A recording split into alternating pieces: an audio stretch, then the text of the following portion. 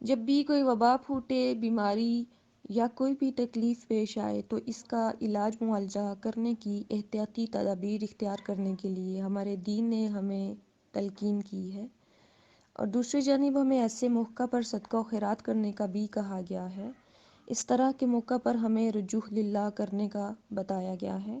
امام شافعی علیہ السلام اپنی پوری زندگی کا نچوڑ بیان کرتے ہوئے فرماتے ہیں، پوری زندگی میں نے جو دین پڑھا، اس میں جو بات میری سمجھ میں آئی ہے وہ یہ ہے کہ جب بھی کوئی وبا پھوٹتی ہے تو تسبیح سے بہتر کوئی علاج نہیں ہے۔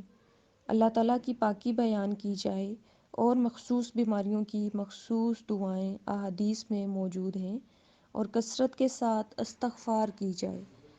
حضرت سیدنا عمر رضی اللہ عنہ فرماتے ہیں کہ اگر آسمان سے کڑکتی ہوئی بجلیاں بھی زمین پر گرنے لگیں تو جو شخص استغفار کرتا ہے اس کو پھر بھی کوئی غضب نہیں پہنچ سکتا۔ اس سے ثابت ہوا ہے کہ کثرت سے استغفار کر کے وباؤں سے خود کو بچایا جا سکتا ہے۔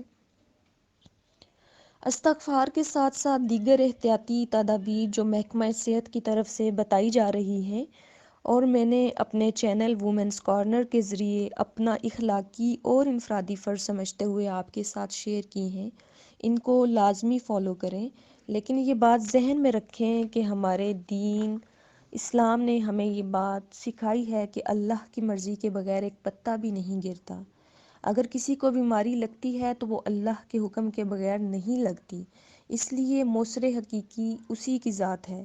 اس لیے خوفزدہ نہ ہوں، احتیاط ضرور کریں، اللہ کی راہ میں صدقہ و خیرات کریں۔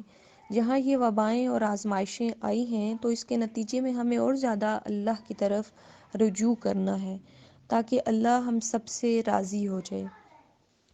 اور آخر پہ سب سے یہ کہنا چاہوں گی جو صاحب ثروت اور مخیر حضرات ہیں، ان لوگوں کا خیال کریں جو روز دہاڑی کما کر اپنا اور اپنے بچوں کا پیٹ پالتے ہیں۔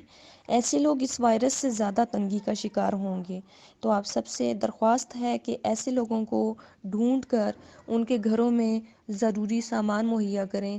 اللہ پاک ہم سب سے راضی ہو، مشکل اور آزمائش کی اس گھڑی میں ہمیں ثابت قدم رکھے، آمین۔ Subscribe to our channel by clicking the subscribe button.